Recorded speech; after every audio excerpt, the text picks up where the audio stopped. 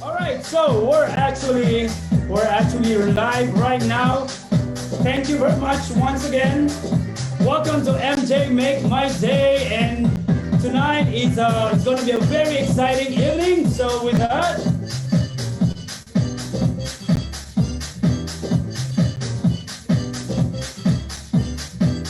okay. All right, so good evening one more time, everybody, and welcome to MJ Make My Day, the glass half full presentation. My name is MJ, and without any further ado, I would like to introduce to you our very special host. All right, for this evening, please help me welcome our licensed counselor, mental health counselor, Dr. Lisa Blanchfield and Dr. Adza Ezad. Good evening. Good evening.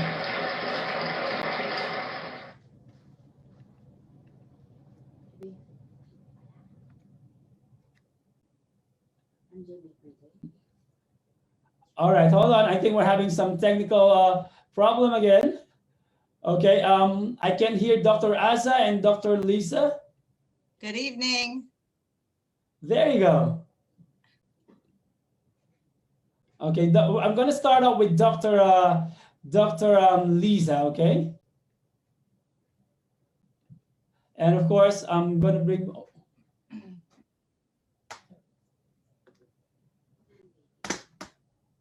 Go to MJ, make my day. All right, my baby's actually telling me that it's not live. It is live. I'm watching it right now. All right. Yeah. Go to. All right. Sorry. Let me look it up. But I'm so far on my monitor, I can actually see that we're actually live. Okay. Let me see it first. Okay. Hold on.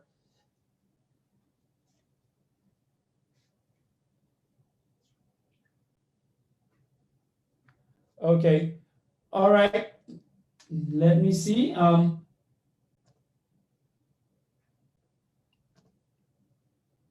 me go over.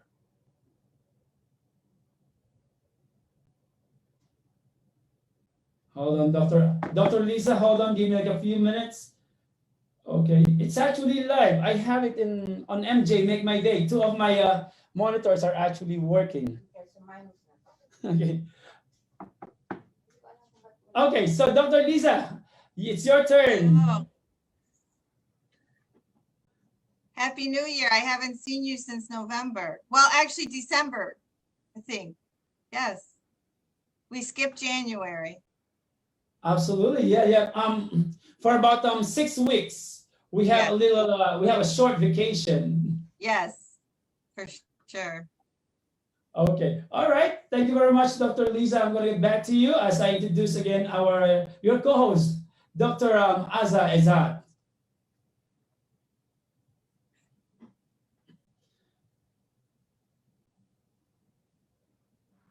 We can hear you, Dr. Aza.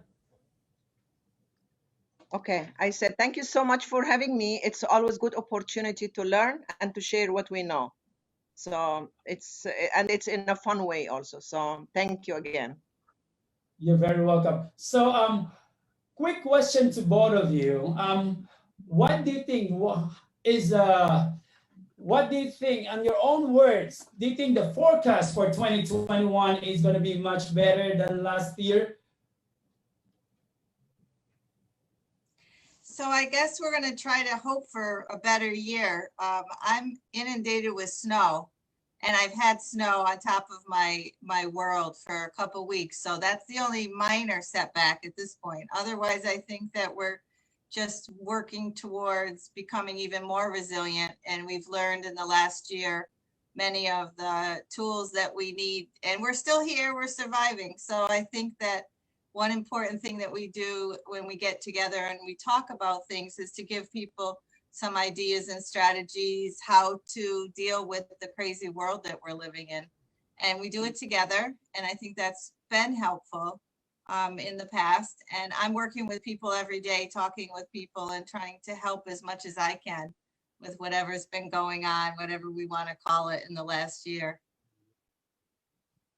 Absolutely. Yeah. And we're hoping for the best. You know, it's a new year. So it's going to be a new beginning for all of us. That's why we chose this topic, resilience, and how to build resilience, and that's what we are here for. And for the benefit of our audience, we would like somehow to share that positivity to them. Okay, how about you, Dr. Atsa? What do you think is the forecast for 2021? The forecast is extremely promising because there are so many changes and challenges, and it's usually an opportunity for creative minority and for normal human being to start to recognize their value and to really understand why they are still here during that time. We are always, as species and human being, we always grow and expand, and the evolution is around us and it's everywhere. And I can sense and feel, and I've been reading about a lot about the higher conscience, that energy level and space and where we are at in this particular time. And I start to ask myself the question every single day, and I encourage every person to ask that question: why am I here at that particular time, which is an extremely challenging time? It didn't happen in years and years and years, and we all have role to play. So I encourage every single one to a new movement beyond the positive uh, mindset and positive theory, which is a higher level of consciousness. And you cannot reach that until you really go through all the struggle and all the pyramids of Maslow's needs. And then Dr. Lisa will take us further what happened when we are jumping from one stage to another and we don't really go to the self-actualization, which is on the top.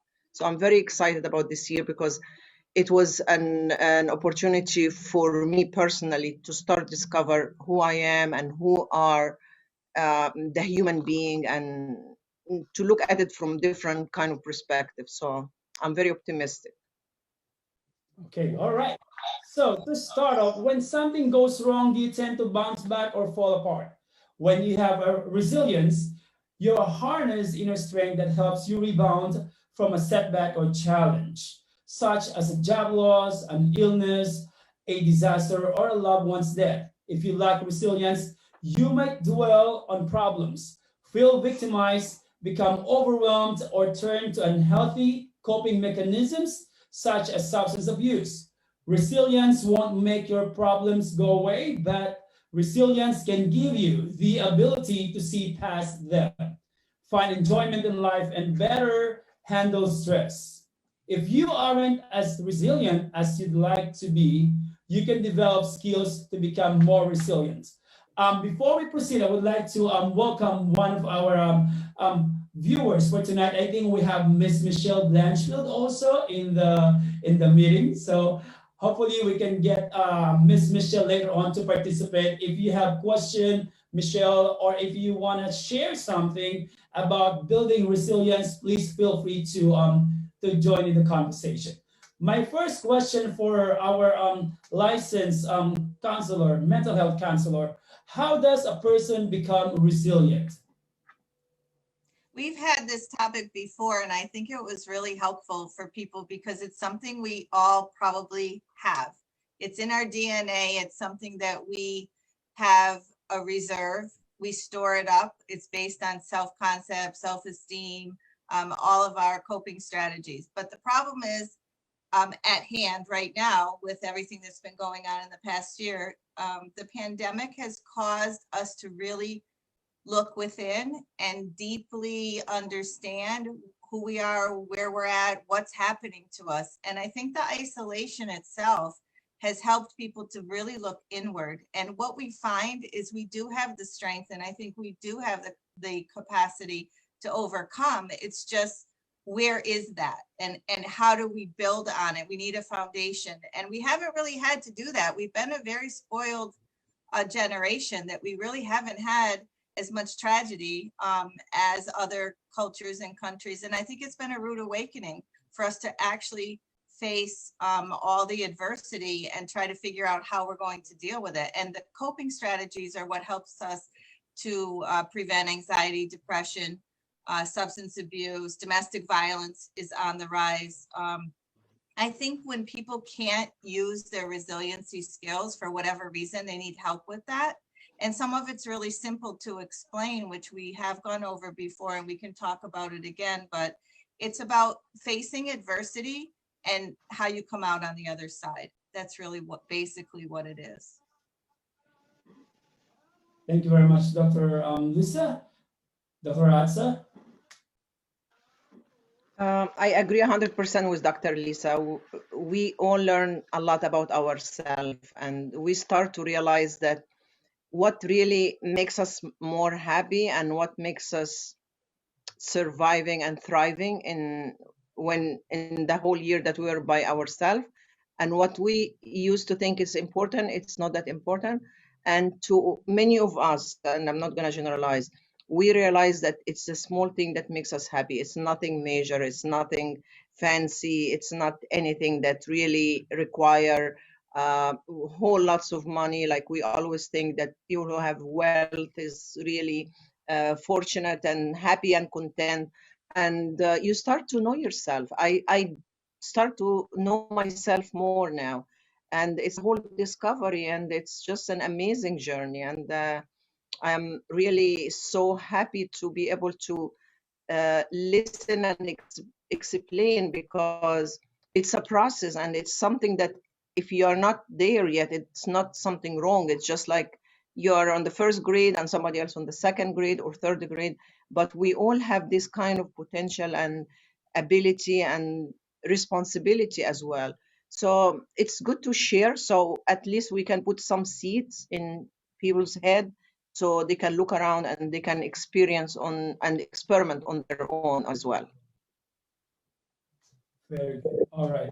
So what we're trying to achieve here is that, I know it's for a fact that it's going to be very difficult to become resilient, especially when you are or a person have gone through a lot, the pandemic, the loss of jobs, or, loss of a loved ones. What we're trying to achieve in this conversation is that not forgetting what those situation or situation that it passed, but also on how to move from this situation. And that is basically what we are trying to say, that it's something that we can actually build into ourselves.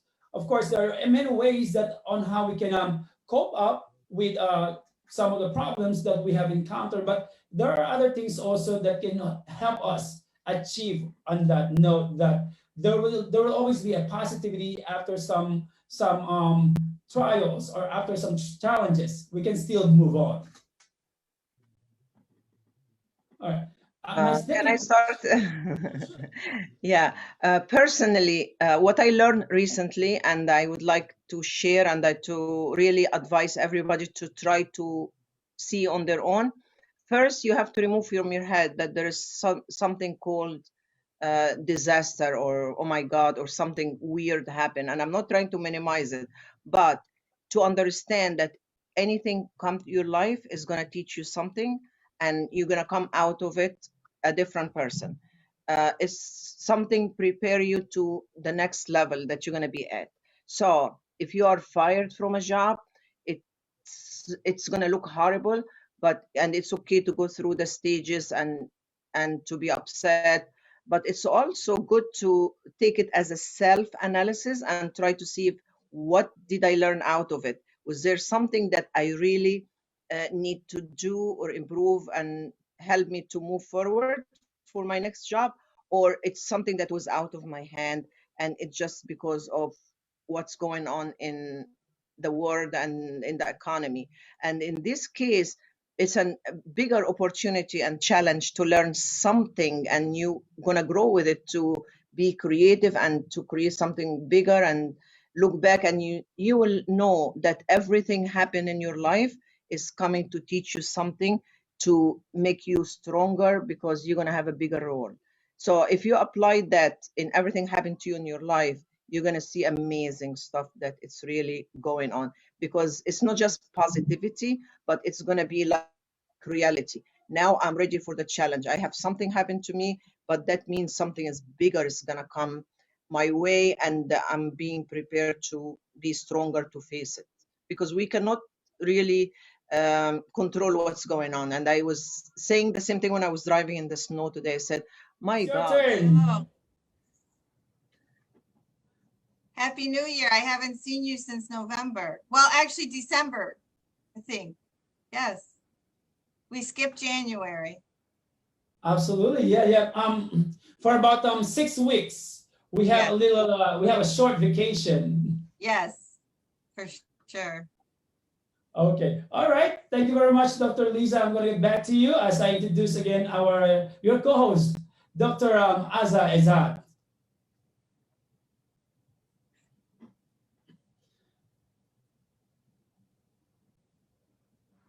We can hear you, Dr. Azza. Okay, I said, thank you so much for having me. It's always good opportunity to learn and to share what we know. So it's in a fun way also. So thank you again. You're very welcome. So, quick question to both of you. What do you think is what do you think, in your own words, do you think the forecast for 2021 is going to be much better than last year? So I guess we're going to try to hope for a better year. I'm inundated with snow, and I've had snow on top of my world for a couple weeks. So that's the only minor setback at this point. Otherwise, I think that we're just working towards becoming even more resilient. And we've learned in the last year many of the tools that we need, and we're still here, we're surviving. So I think that one important thing that we do when we get together and we talk about things is to give people some ideas and strategies how to deal with the crazy world that we're living in. And we do it together. And I think that's been helpful in the past. And I'm working with people every day, talking with people and trying to help as much as I can with whatever's been going on, whatever we want to call it in the last year. Absolutely. Yeah. And we're hoping for the best. It's a new year, so it's going to be a new beginning for all of us. That's why we chose this topic, resilience, and how to build resilience, and that's what we are here for. And for the benefit of our audience, we would like somehow to share that positivity to them. Okay. How about you, Dr. Atsa? What do you think is the forecast for 2021? The forecast is extremely promising because there are so many changes and challenges, and it's usually an opportunity for creative minority and for normal human being to start to recognize their value and to really understand why they are still here during that time. We are always, as species and human being, we always grow and expand, and the evolution is around us and it's everywhere. And I can sense and feel, and I've been reading about a lot about the higher conscience, that energy level and space and where we are at in this particular time. And I start to ask myself the question every single day, and I encourage every person to ask that question: why am I here at that particular time, which is an extremely challenging time? It didn't happen in years and years and years, and we all have role to play. So I encourage every single one to a new movement beyond the positive mindset and positive theory, which is a higher level of consciousness. And you cannot reach that until you really go through all the struggle and all the pyramids of Maslow's needs. And then Dr. Lisa will take us further what happened when we are jumping from one stage to another and we don't really go to the self-actualization, which is on the top. So I'm very excited about this year because it was an opportunity for me personally to start discover who I am and who are the human being, and to look at it from different kind of perspective. So I'm very optimistic. Okay, all right.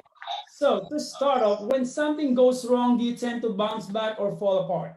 When you have a resilience, you harness inner strength that helps you rebound from a setback or challenge, such as a job loss, an illness, a disaster, or a loved one's death. If you lack resilience, you might dwell on problems, feel victimized, become overwhelmed, or turn to unhealthy coping mechanisms such as substance abuse.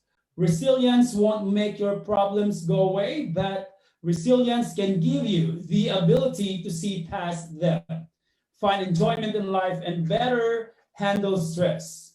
If you aren't as resilient as you'd like to be, you can develop skills to become more resilient. Before we proceed, I would like to welcome one of our viewers for tonight. I think we have Miss Michelle Blanchfield also in the meeting. So hopefully we can get Miss Michelle later on to participate. If you have question, Michelle, or if you want to share something about building resilience, please feel free to join in the conversation. My first question for our licensed counselor, mental health counselor, how does a person become resilient? We've had this topic before, and I think it was really helpful for people because it's something we all probably have. It's in our DNA. It's something that we have a reserve.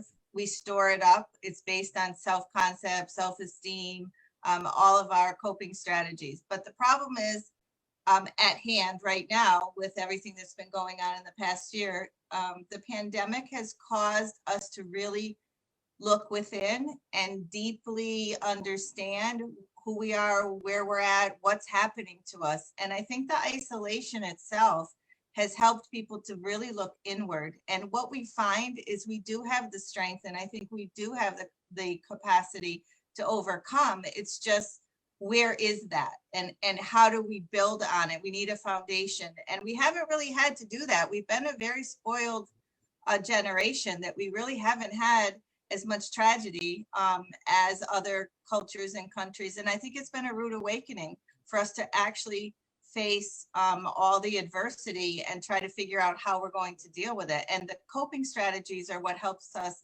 to prevent anxiety, depression, substance abuse, domestic violence is on the rise. I think when people can't use their resiliency skills for whatever reason, they need help with that. And some of it's really simple to explain, which we have gone over before, and we can talk about it again, but it's about facing adversity and how you come out on the other side. That's really basically what it is. Thank you very much, Dr. Lisa. Dr. Atsa? I agree 100% with Dr. Lisa. We all learn a lot about ourselves, and we start to realize that what really makes us more happy and what makes us surviving and thriving in the whole year that we were by ourselves, and what we used to think is important, it's not that important. And to many of us, and I'm not going to generalize, we realize that it's a small thing that makes us happy. It's nothing major, it's nothing fancy, it's not anything that really require whole lots of money. Like we always think that people who have wealth is really fortunate and happy and content.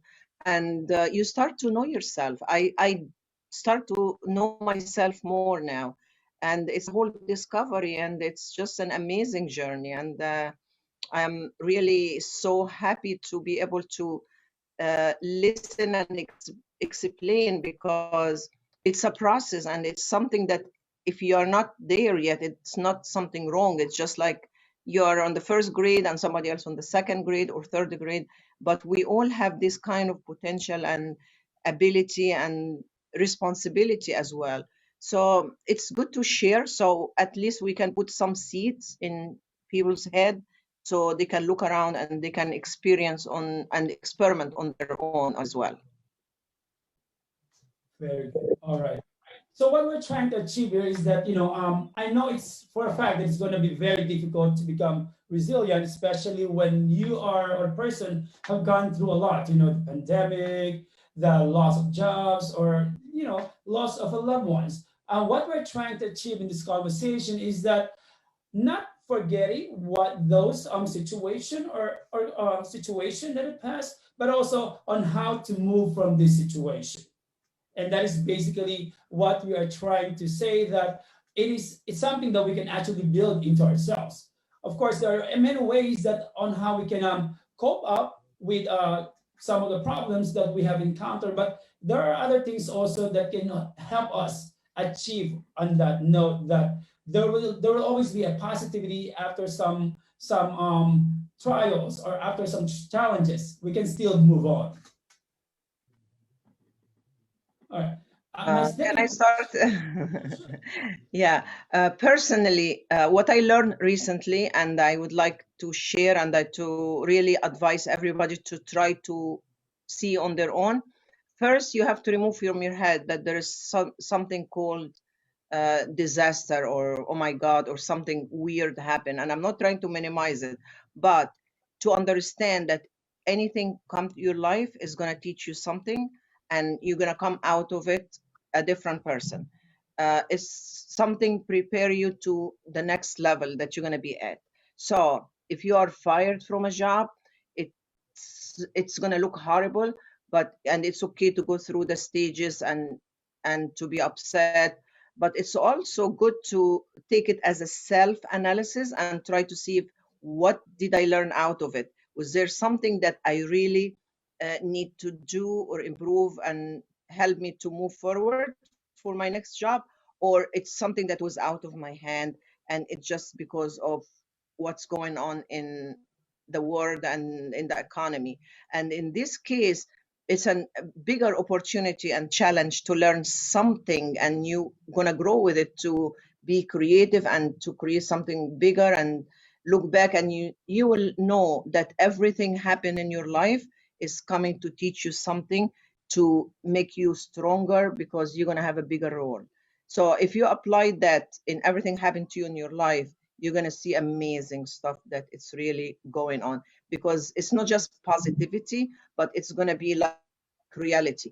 Now I'm ready for the challenge. I have something happen to me, but that means something is bigger is going to come my way, and I'm being prepared to be stronger to face it, because we cannot really control what's going on. And I was saying the same thing when I was driving in the snow today. I said, my God, it's really, if we look around, we cannot control the snow, but we can prepare, we can plan, we can have a conscious awareness about how to deal with it. But in everything in life, you just have to take it as it comes. And you're gonna be, you try to make yourself stronger and better, because that's how you're gonna grow and you reach the self-actualization. And when you reach there, there is a different level that which we all should be talking about soon, and now actually. And that's where you start having the self transcendence, and you start helping others, and you realize that I'm not just for myself, I'm not here for me. It's not that easy, and you start thinking about bigger stuff, and that's what our role in the universe, I believe. So it's no there is no such thing, it's a drama or something bad happened to you because you're a bad person. It's just because you need to learn something, and you need to learn something now, because something else is waiting for you to prepare you for it. That's my Okay. opinion. Thank you very much, Dr. Asa. You want to add on that on the note, Dr. Lisa? So my favorite quote from Tolkien is, "What punishments from God are not gifts?" And I tell myself this all the time, because sometimes we feel like we're being punished and the world's out of control. It's lost of control. We can't really have what we would call a normal life right now. So we have to look at it, as Azza said, and look at it in a positive way. Of course, we say, why me, or why us, or why are these horrible things happening, but why not us? So when it's your turn and it's your time to face adversity, the best thing to do is face it and work through it, kind of understand what it is and how you're feeling. And I think our feelings control our thoughts. So I use CBT, cognitive behavioral therapy, which is, what are you thinking about and how are those thoughts influencing your behavior? And then we see the behaviors, obviously, and that's why we're having mental health pandemic crisis at the same time as the pandemic, because we don't understand what's happening to us, right? We're looking around our world, and even sometimes I look at everybody masked up and I'm like, am I in a dream? Like, where did this come from? But that's our new reality, right? That's how we have to live. So instead of questioning it, we have to figure out how are we going to face the adversity and what are we going to do? And I think the skills are the same. We have to have a strong mind and we have to use all of our coping mechanisms that we've learned. People have them, they just don't realize what they are. They have their other substitute coping mechanisms, which, you know, are either, sometimes it becomes much more out of control, especially with addictive behaviors. So I think it's just the realization and talking to yourself and saying, what is happening to me? The isolation has been extremely difficult, but if you turn that into time to read every book and learn a new hobby and bake and cook and take care of people and call people and try to be there for someone else, I think you can use the time in a different way rather than just be so concerned about being isolated. It's just such a new, I think it's a new world for so many people that they haven't experienced it. So it becomes like shock and awe. But by now, I think the best thing is that we kind of face it and try to figure out how we can heal and feel better from everything that's gone on in the past year. So there are some people that they're saying that they're actually very stressed at work. So what do you think are the reason, what is the main reason why you are so stressed at work? Even though sometimes, you know, we actually like what we're doing, but we cannot prevent it to feel stress. So what do you think are the main reasons or the main reason why we are feeling that way? Is that because of the Stress expert, aren't you? Uh, Stress at work. I'm taking it easy now. I'm not I'm just gonna like take I was. my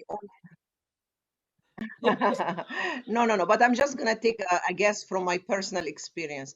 I believe right now there are so much pressure, financial, on most of the corporation and most of the corporate and workplace, and they sense also the fear of the people, the employee, and they tend to put more pressure, and they understand that they're not gonna say no, because the other alternative, we can let you go, because they are downsizing and they are trying to survive like anybody else.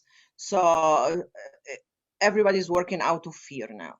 And when you live your life just living for fear to fear, you build an anxiety, you build mental illness, you build low self-esteem, because deep down you say, I should have stand and I should have say no, and they are taking advantage of me, and you're having this million inner conversation, and that make you just feel horrible. So you go home, you're upset, you are overwhelmed, you feel like you've been abused and taken advantage of, and it's just like a cycle. And I think you're the only one who's, or the person is the one that's suffering, because in as many situations, like I see some nurses taking 2 3 jobs, I mean shift, and they are happy sometimes that they are making extra money, but what they don't realize that you can lose all that in just 1 week of being out sick, or even 3 days out sick, or God forbid in a car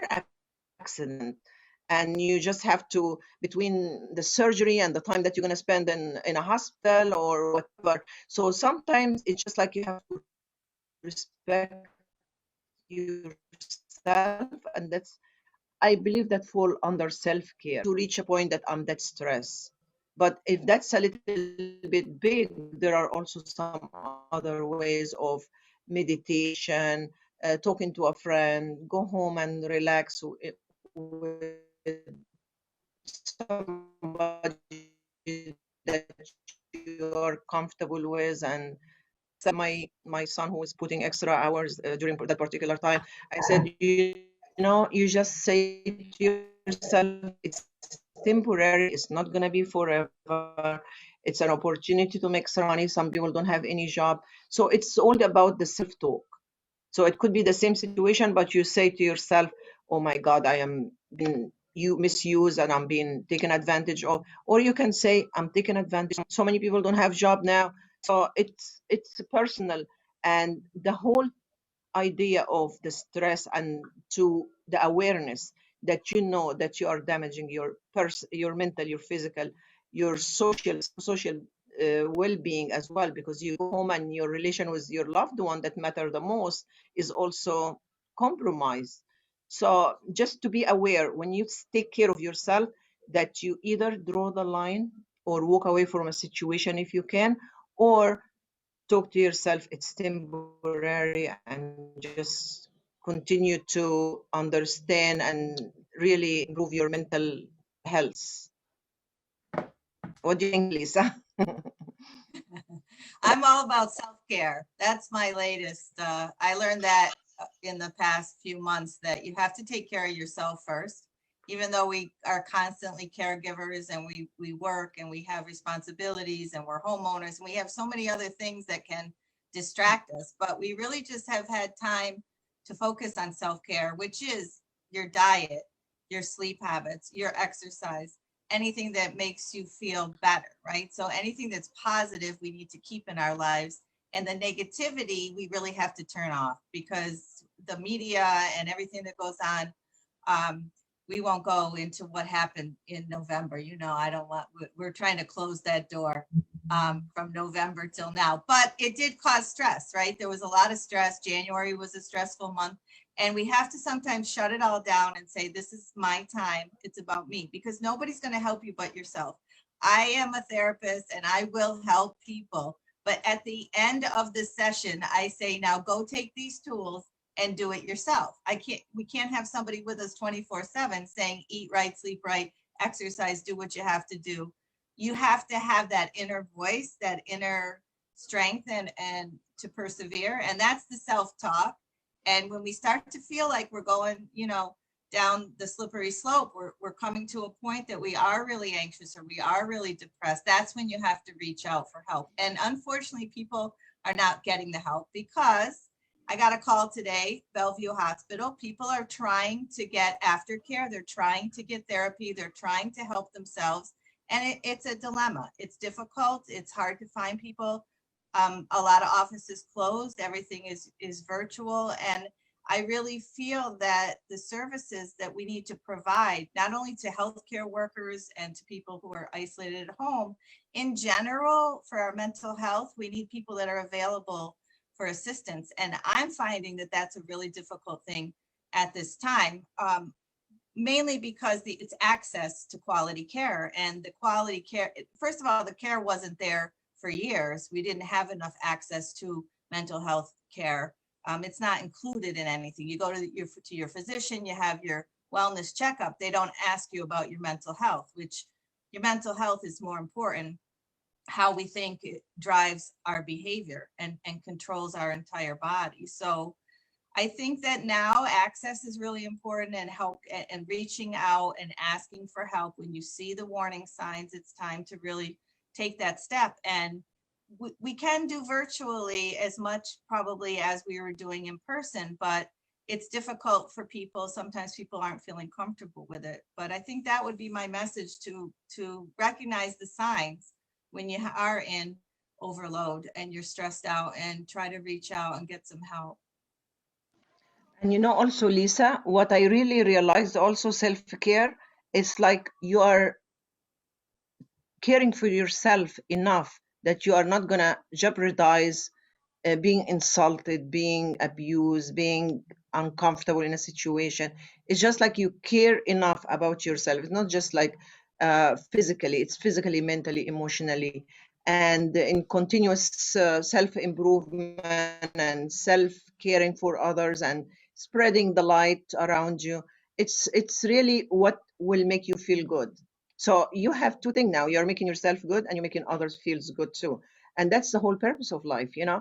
Like sometimes when I look at a whole year that you lose out of your life, and what is the life expectancy? I was reading today that it went 2.5 years down in the United States. So I said, I'm sure it it's did. going down now. I'm So surprised it's only 2.5 years. so listen to this now. People are afraid to die, so they are Yeah. gonna die from the stress, you know. And plus, nobody's like there is no trust in the medical society. It was Right. before the politics. Now in medical, people are afraid to take the vaccine. People, after they take in the vaccine, they think that there's a conspiracy, so they don't want to go to the hospital. They don't want to go to the doctors. So something is not right in this picture. And I'm just trying to analyze the data of the COVID, like who's dying and who's not, who get it and who's not, and who survived and who's not. Nobody seems to know. And if anybody tell you that they know, I'm sorry, it's not true.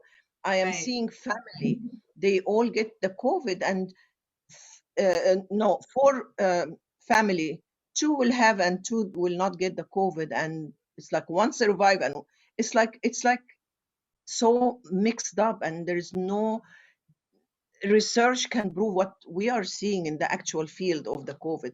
So it's just like fear makes it worse. That's what I'm trying to really to get to. So when you have the self-care, you start rise above what you are hearing, and you develop your independent opinion. And when people ask me, do you think I should take the COVID? I said, go and ask yourself. I said, just try to ask yourself, because if it makes you feel good, take it. If it's going to make you feel that you are obligated and you're not comfortable, don't take it, because if it's in your mind, it's like the placebo effect. If it's in your mind, it's going to hurt you. Guess what? It's going to hurt you. So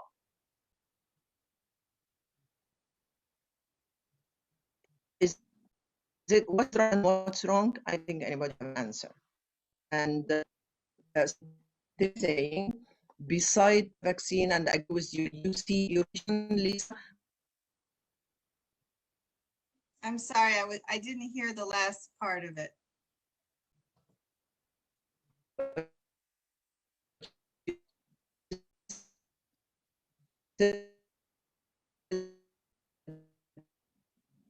They go back home and they are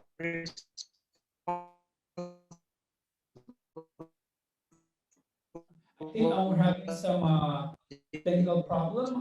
We're gonna get back to Dr. Azza in a short while. So, Dr. Lisa, are other means that we can build up our resilience, such as exercises or any activities that will help us move on and be ready for whatever would be the next or the future will give us. I think what's important to remember, we have to downregulate the negative emotions. So when we see negativity and we see things that are very catastrophic and upsetting to us, those are the thoughts that we kind of have to displace somewhere. We have to think about it, but we can't dwell on it and we can't focus on it. So I really encourage myself and anyone around me to feel like you're back in control, because this has been a year of loss of control. We feel like things are happening to us and we can't control it, right? So to get back into control is to at least have your day, live for the day, think about just the day. And that's mindfulness, which we all use, which is focus just on the moment. And sometimes it's really hard to do. We can't just say, I only care about the next 5 minutes, because we're thinking about tomorrow and next year and the years after and what's going to happen. So when we focus just on today, which I find to be the most helpful thing, we get through today and then we worry about tomorrow. I used to worry. I was a person that worried about everything. And now I'm just focused on what can I do today? How can I make today better? I got through these Zoom sessions. I helped 3 people. So now I can just move on to the next thing. But what we do is we kind of globalize it and think, and it becomes catastrophic to us, right? Because we're thinking, what's going to happen to me in 6 months? We really can't go there, because that's where the fear, the anxiety, it's very uncomfortable, right? When you don't know what's going to happen to you.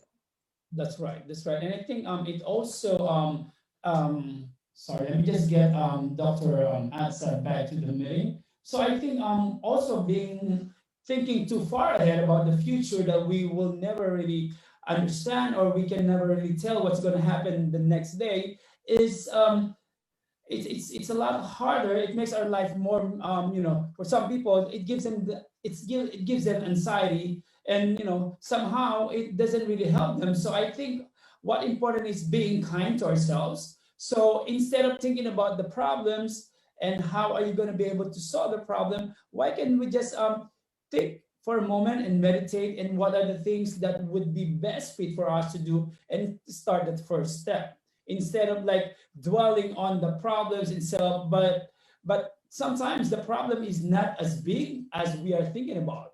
So I think that will also help with Dr. Lisa. Right. Well, the strategies are out. We have a lot of resources for the strategies.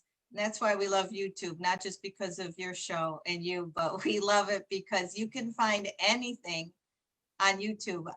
People are watching videos, they're doing yoga, they're doing meditation, they're doing home learning, especially with psychological treatment and therapies and ways to relax yourself. You can find it all on the internet.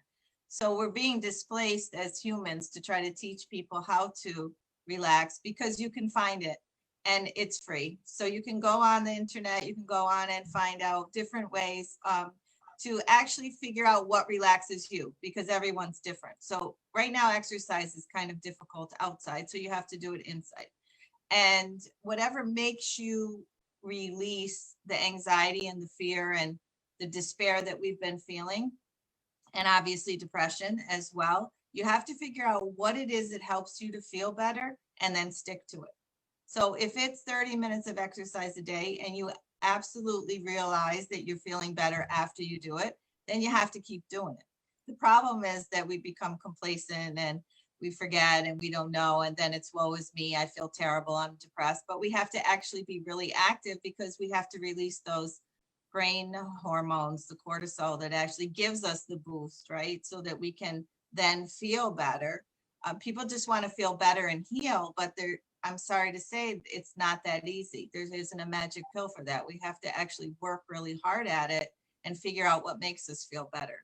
And I think once we get the key to that and the secret to it, then I think we can live a better life. Perfect. Thank you very much. I think I have a question over here, Dr. Atsa from our friends on Facebook. Let me just read it. Okay. While we are waiting for Dr. Atsa to get back to the Zoom meeting, I would like to go and read a couple of questions that we got from our Facebook page. Okay. All right. Okay. So it's coming up. So, all right. This is our first question. What should I do if a person keep on bothering me, even though I tried my very best not to be able to get a touch, or to stay away from this person? That is basically the question is all about. So because probably this wrote this question. What is the person doing? It doesn't describe what's going on. Yeah. No? All right. So I believe the way I see it, sometimes people usually bothers us, even though how many times we try to separate ourselves from them. But there are Okay. people that are very persistent and keep on doing things that they want to do, not getting the signal that they should stop, because we came up to the point that we don't want to be bothered, we don't want to be involved with this person. So how are we going to get into that? Well, boundaries, are setting up your own self rules for your life of what you are willing to accept from other humans, their behavior, and what you don't. And the only person that can control that is you, because the person that's whatever the bothering is, I don't know if it's calling or texting or whatever, you can control that, right? There's many ways to control your life. If you want to be completely isolated, you control that. Not the other person, right? Because you say, I'm not accepting the call, I'm blocking the number. I mean, we have all kinds of technologies we can use. You can ignore if that's not the right moment of the day and you can't talk to somebody, you can ignore it. I think we feel bad though, because we think, oh, how is the other person going to feel? But actually it's it's self-preservation if you can't handle it. I personally have a tendency to talk to people sometimes, and it's my profession.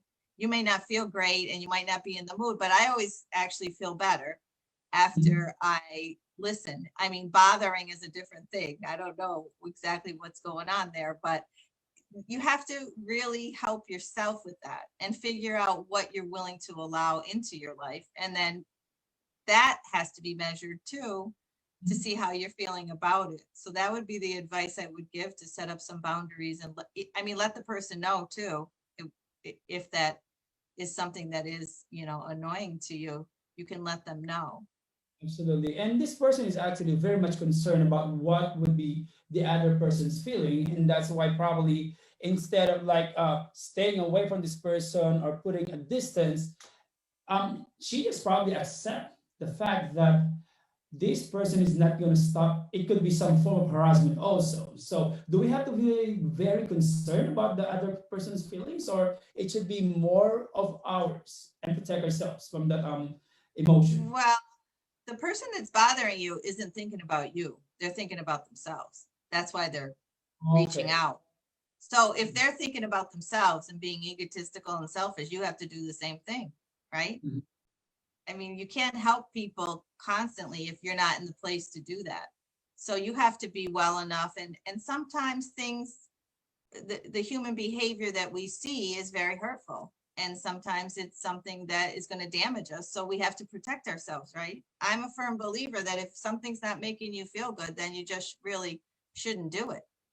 But you have to stand up for yourself, and you have to either let the person know and create your boundary and create your wall or whatever you need to do and move on with your life as best you can. You don't want to hurt their feelings, but they're not worried about your feelings, right? Absolutely. Absolutely. You've been doing a lot of counseling, Dr. Lisa. Was there any moment that when you ask a person how you're feeling and they respond to in a way that you do not expect them to respond? Let's say, for example, if you ask one of your clients and how are you doing today, and the person said, I'm not really feeling good today. How do we usually respond to that? Well, they usually are talking to me because they're not feeling well. I mean, that's usually the precursor for what's going on.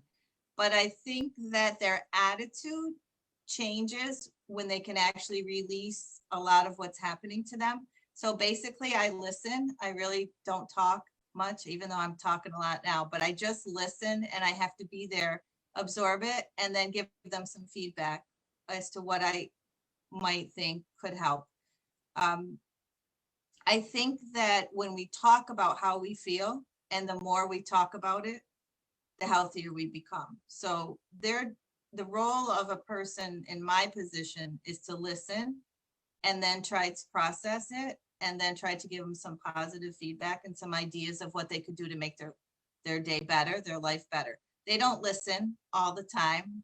They don't accept it. They might not think I know what I'm talking about. So I give them resources. I say, go here, go there, read this book, talk to other people. If they really don't accept the help, which a lot of people don't, and they're very resistant to counseling because they don't think that it's going to help them, but just actually talking to a person, it could be a friend, it could be a relative, it could be anyone, releasing your problems to someone else, you kind of put it out there so it's not just yours, and you actually, I think, have some relief from that. That's probably the best way to go, because when we don't have anyone to talk to, and we don't have people to share our burden, what do we do with it? It's just all on us. Absolutely. And now, since that our conversation is getting much deeper, can I ask you this question, Dr. Lisa? When is the right time or the right moment? It could probably be the same question that our viewers are looking at the moment.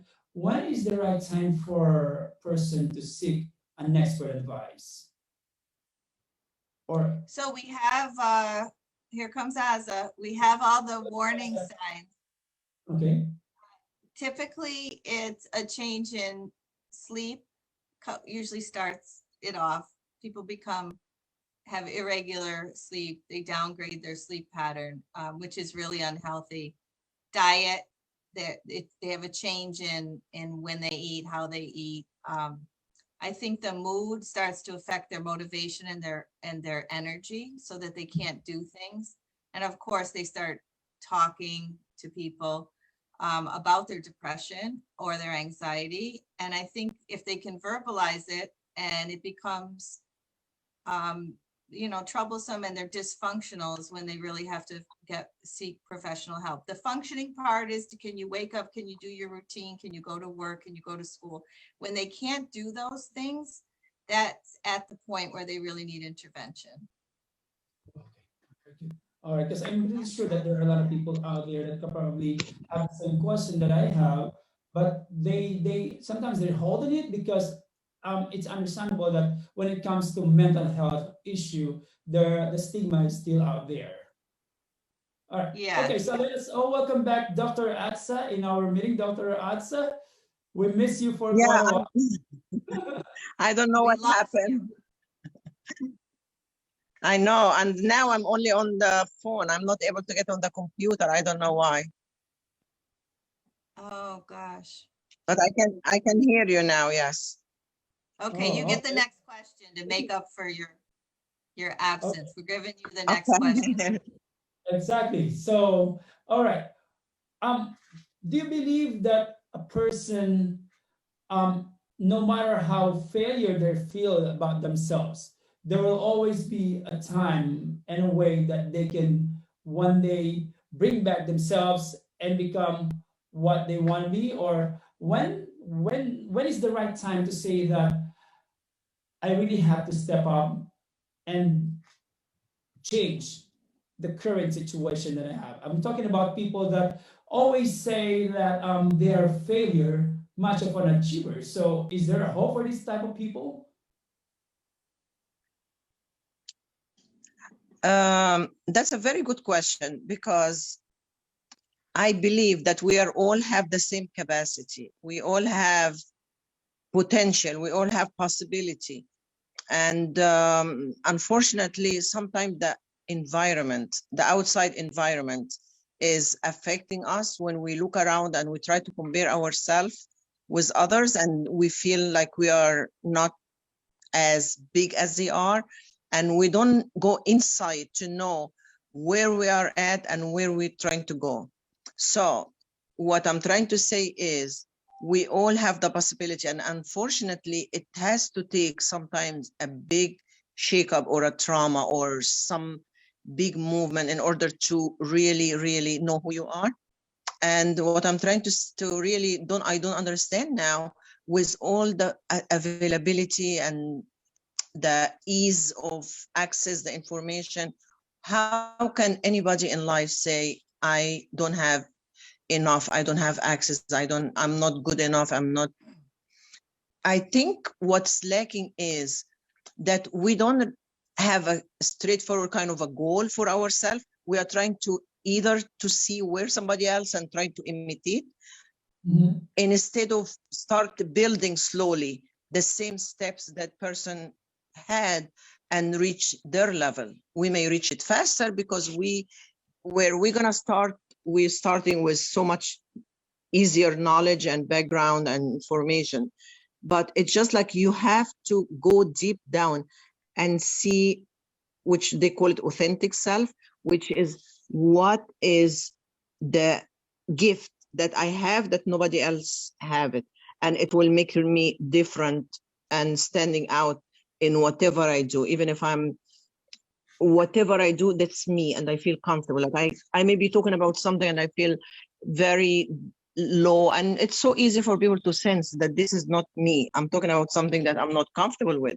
But when you really go deep down and you start have that self-reliance, self-esteem, self-confidence, you will understand that you have something different that nobody else have it, and there is no accident when it comes to a human being. We are like miracle, and every single particle cell in our body is a miracle, and nobody, with all the technology, with everything that we are trying to reach, we are miracle. And when you see a baby, you understand that how even the baby came and where it came from. So there is no such person that is still alive without a reason for him or her to be here. Just you have to look for it. You have to find a mentor, read books, find out what make you happy, because that's what will be your goal, and that's what will be your destiny that you need to start to pursue until you, and it's not going to feel like work when you really do what you like to do. It will not feel like work, and you'll find yourself and you will start to feel comfortable and confident and growing in your field and helping others. And that's what the world needs. We need to find ourselves so in order to help others. And how do we develop a mindset that fosters success in our lives? Are there Do you want to strategies say, Dr. Lisa?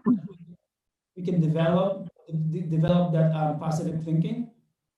It's The definitely possible. positivity, okay, so for the positivity, it's just training your brain, like in any other activity, where you have to look for the good and you have to look for the piece of the story that I think we talked about before, that's actually the gift. And as much as we don't accept adversity as a gift, we have to understand that it's there, face it, talk about it, and deal with it.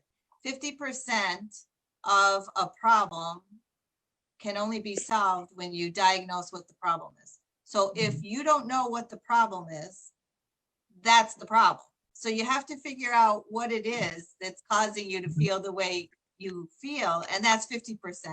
Then the other 50% obviously is trying to fix the problem.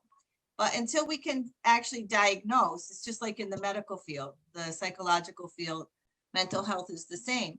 We have to figure out what it is. And it's, to me, it's very tricky. I think medical, as I don't know if you agree with this, I think medical is easier than psychological. That's just my opinion.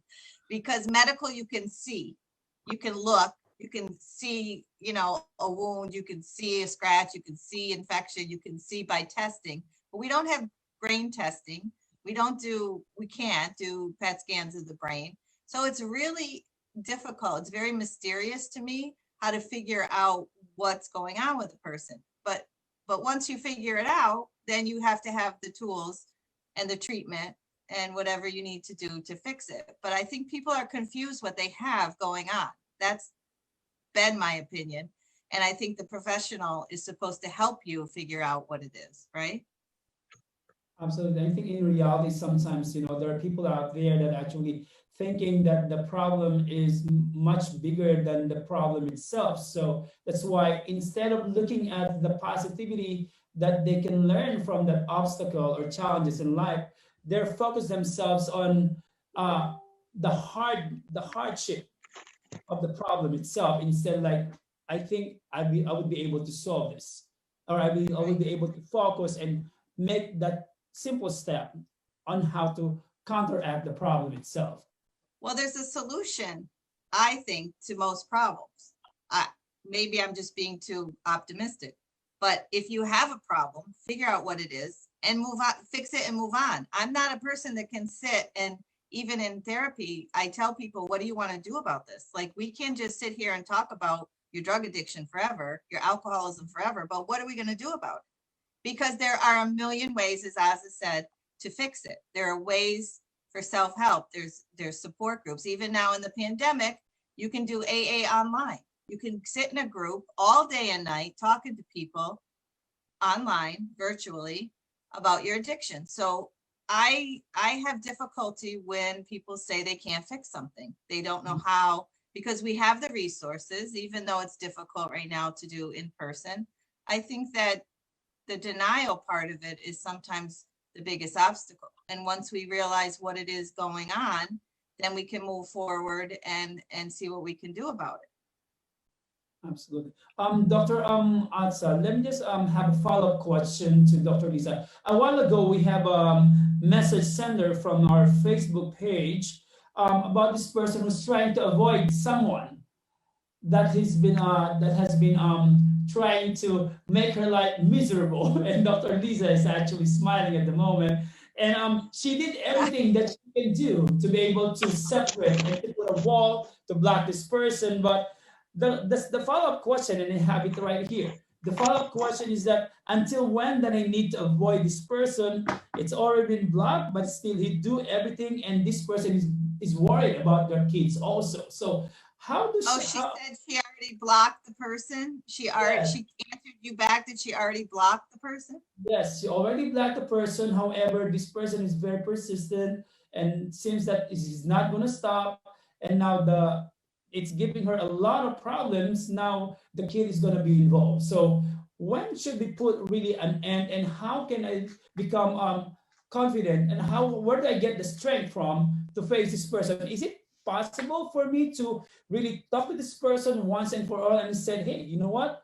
This is it. It's the end of whatever the problem is that causing me. But at this moment, we're not going to have a communication anymore. How do we figure it out? How we're going to solve this type of problem? Oh, Azza, I already gave advice and you go ahead now. You give your opinion. Okay, all right. You know, it's a little bit kind of scary when I hear people really are persistent in pursuing something. It's been somebody else trying to block it. So I wouldn't minimize it because, you know, we hear about so many crazy stuff that's going on that people feel like desperate and they just want to end somebody's life and their life. I hope it's not something that crazy as well, but it depends what is the relation. And I always believe that it should be mutual kind of understanding and ending or continuing or fixing the relationship. And if it's really continuing to really bother that person and scare them that it's reaching to the family, I mean, their kids, which is their family, I think something more serious need to be taken place, whether it's at work where you have to report it to somebody to protect you, or this is something like serious. And I wouldn't take it on my own, like the person just to have that conversation with somebody who has been really pushy and persistent. So these two criteria, it scares me. What do you think, Lisa? I guess Isn't it? the degree, yeah, I mean, she has to measure the degree of the threat, if it is a threat, or if it's harassment. There are plenty of things she can do. If it's criminal. I mean, if the person is actually committing some sort of harassment, threatening in whatever way, there are many resources. I don't know if it's a domestic violence case. We don't know for sure who the person is, right? That is harassing. If it's domestic violence, they need to call 911 or go to their local precinct. In Staten Island, I'm familiar, at every precinct, they have a domestic violence police officer. They have a unit in the precinct. So when this used to come up in my cases, the advice is to call the precinct and speak to the specialist there. And then they take a report. To take it serious, right? To take it serious, Well, right? Staten Island, they do. I'm not as familiar in Jersey. I know in Staten Island, NYPD precincts have a domestic violence unit with specially trained officers. That's all they do. And they take the reports, and then they do wellness checks. They go out to the house, they interview the people, you know, whoever's involved, and they are a Or support also, service. Lisa, yeah, if she's not comfortable, she can also seek some kind of authoritative person in their kind of relation or environment or neighborhood, somebody that they can trust and they can act as giving the last chance before going the other higher, because sometimes people don't feel comfortable with reaching out to authority. So I would still, but either way, I would take it serious. I would maybe take it to some family member, some neighbor, some all like mature, wise friend, and have them interfere as well. So it will be the last kind of line before they go further. So, but I would still take it very serious. Absolutely. I wouldn't minimize the complaint. Yeah, and I think we all see it also in some celebrities that they're being harassed or being stalked. So it's really a very uncomfortable, and just like what I said, it's a dangerous situation as well. So I think when I think you gotta evaluate also the extent of it could be an harassment, a form of harassment also. So if you need somebody to report it to, I think that is the best idea to do when this situation arises. All right. Absolutely true. All right, so we only have like 10 more minutes to go, and I think our viewers are actually extending their appreciation already. We are getting a lot of emojis in our Facebook page. It will going to be uploaded later on, by the way. And I apologize for the technical problems again. Something happened. And I don't know if you noticed something happened behind my backdrop. Did you see it, Dr. Lisa? I saw it. I saw a better year studio than my house. I'm glad it fell off there. I know. So anyway, Always- later on. Okay. All right. So anything else that you would like to add in building resilience, Dr. Lisa? Well, I think we talked mostly about how we feel, but I think making a plan is really helpful, a realistic plan of how we can build our resiliency. And the individualized plan really has to come from you, from us. Like, we can't really have someone tell us, okay, you need to go to the gym and work out an hour a day. You need to diet, you need to lose 50 pounds. You need to stop interacting with this negative person. It's okay when we give advice, but it actually, to me, works better if we come up with the idea, pass it by someone else, discuss it with someone else, and then implement it ourselves. Because if we don't do it ourselves, I find that it doesn't really work. I don't know what you guys think about it, but you could give people advice all day long and be blue in the face. And if they're not ready to do what they need to do, or they're not ready, I think the pandemic really shook a lot of people up as far as their unhealthy habits and unhealthy lifestyle. And I think it actually gave us a lesson. It's a scary thing, COVID, right? It's you're not supposed to be stressed. You're not supposed to be tired. You have to eat well, take lots of vitamins, lose weight. I mean, there are so many factors that we had to really pay attention to. And it's been a blessing because it's given us all life lessons, and we need to take it, as we said, seriously.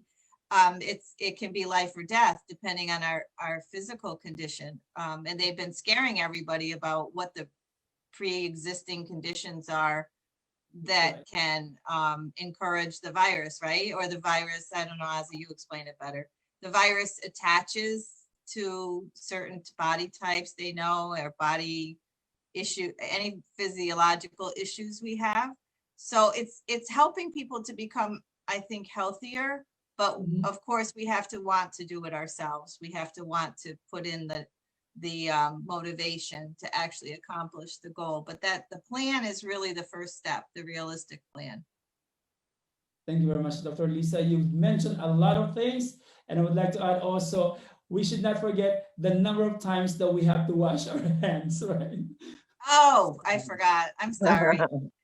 That's the most important. Absolutely, yeah, and it's a good thing, because I think this is not just a challenging times for all of us, but also a learning lesson that we really have to protect ourselves. And it's pity to say that no matter what your status in this society, but COVID actually affected everyone, every single society, and it not just a single form or group of people, but all those, no matter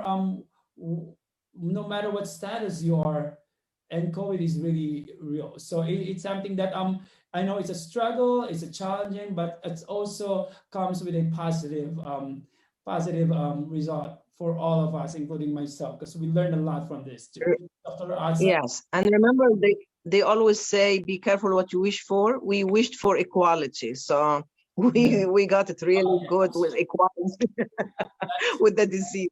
It's a joke, of course. Yeah. No, what? Okay, I'm glad you're laughing, Lisa.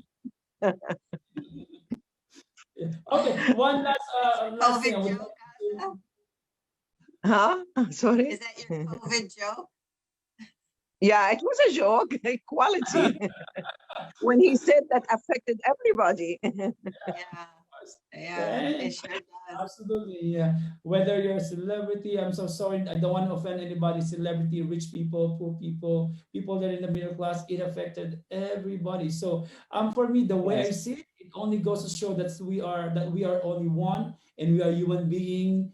We could probably different in the status in life. We can probably wearing something very elegant and expensive, But but at the end of the day, you still have to protect yourself because it is you and your health that will matter the most.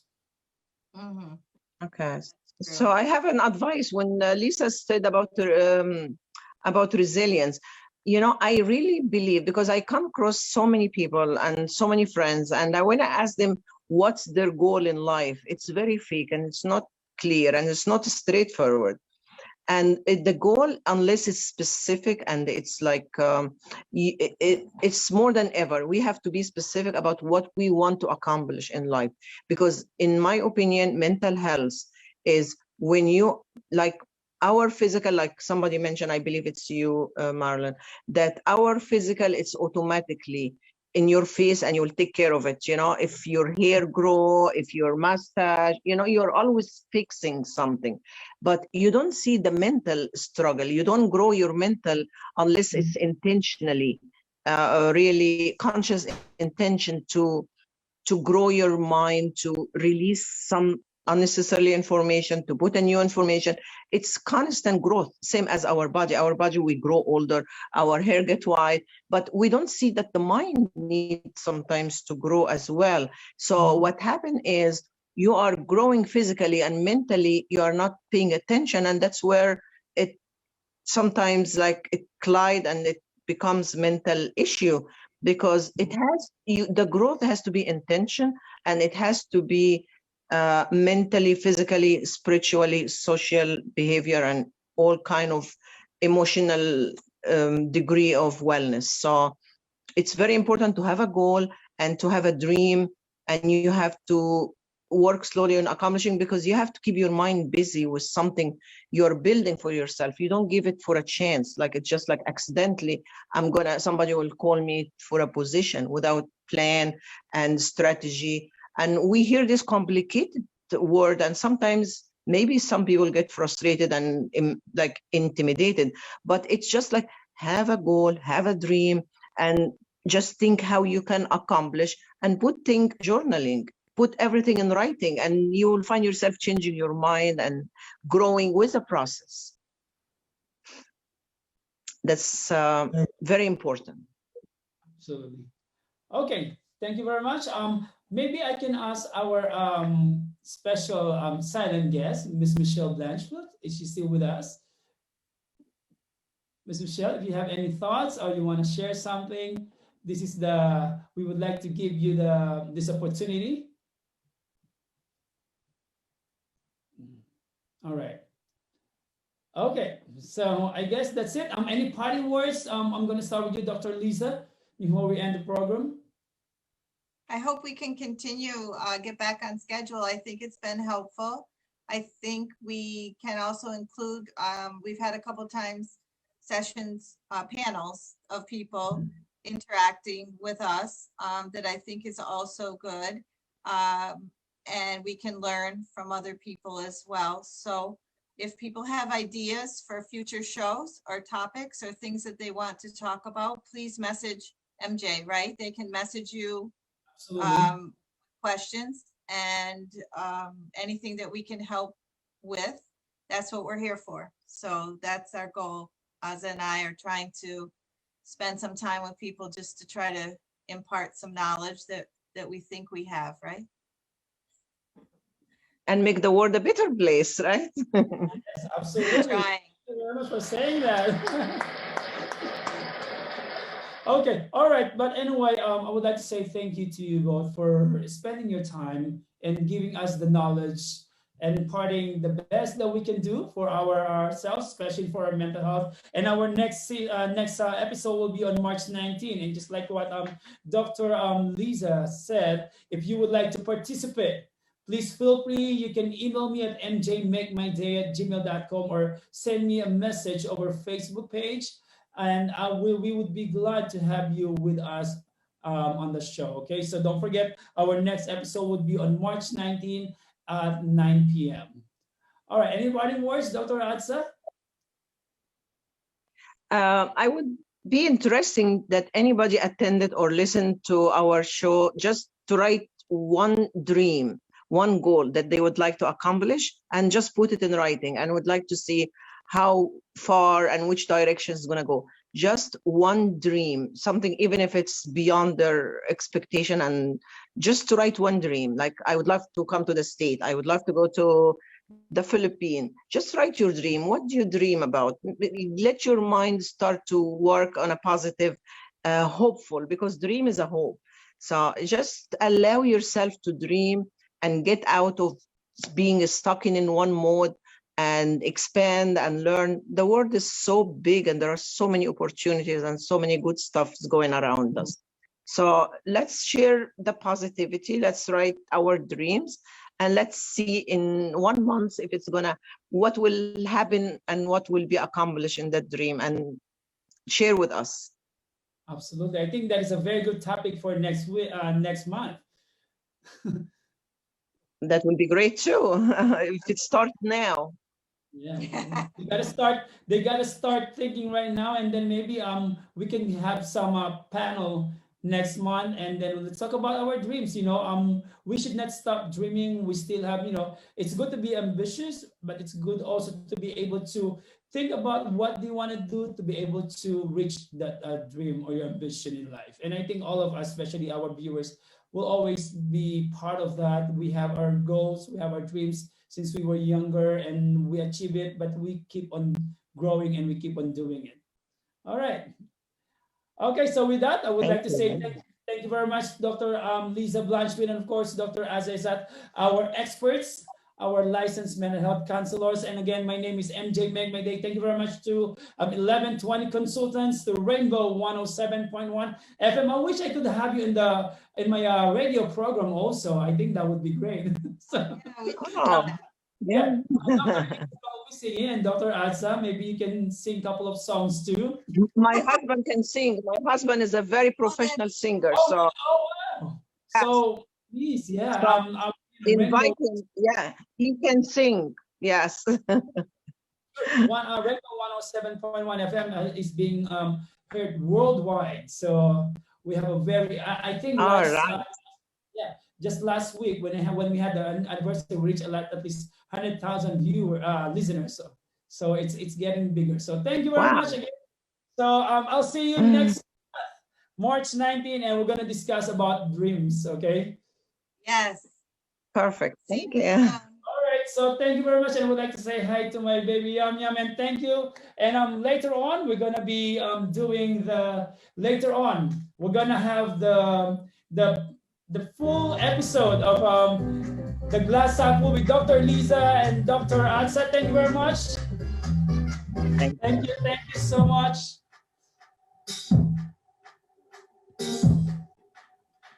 Thank you, everyone. Thank you so much.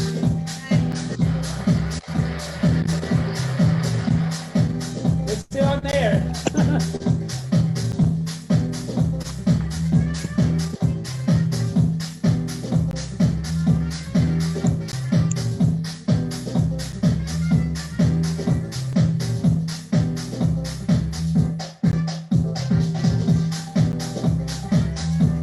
$50,000? Yeah, finish. So all that